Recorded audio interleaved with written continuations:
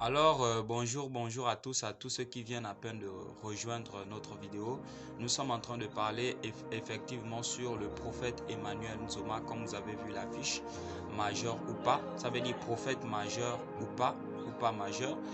Vous devez comprendre quelque chose, frères et sœurs en Christ, pasteur, homme de Dieu, docteur, évangéliste, archibishop, bishop. Vous devez comprendre que Emmanuel Nzoma est une personne que Dieu a choisie dans cette nation pour faire des grandes choses.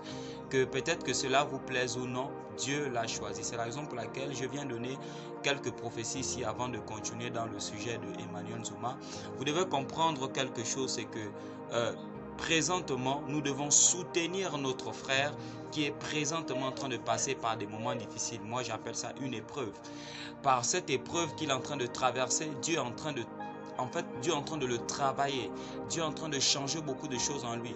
Dieu est en train encore de l'enseigner. Et vous devez comprendre que la Bible dit que connaître Dieu, c'est aimer son prochain.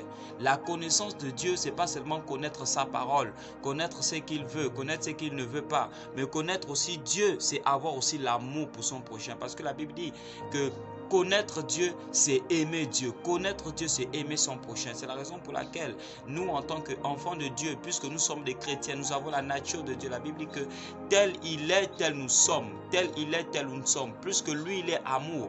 Nous aussi, nous devons être amour. C'est la raison pour laquelle nous devons prier, vraiment prier pour notre frère Emmanuel Nzoma, que Dieu étende sa main et qu'il puisse sortir de prison. Comme je le disais, je voyais dans le règne de l'esprit Emmanuel Nzoma sortir déjà de prison.